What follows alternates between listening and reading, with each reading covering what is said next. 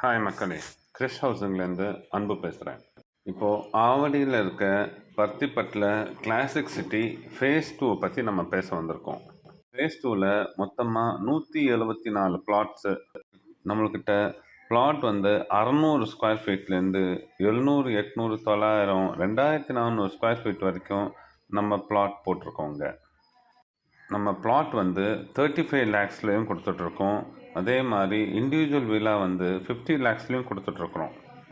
நம்ம property CMDA and ரேரா approved property.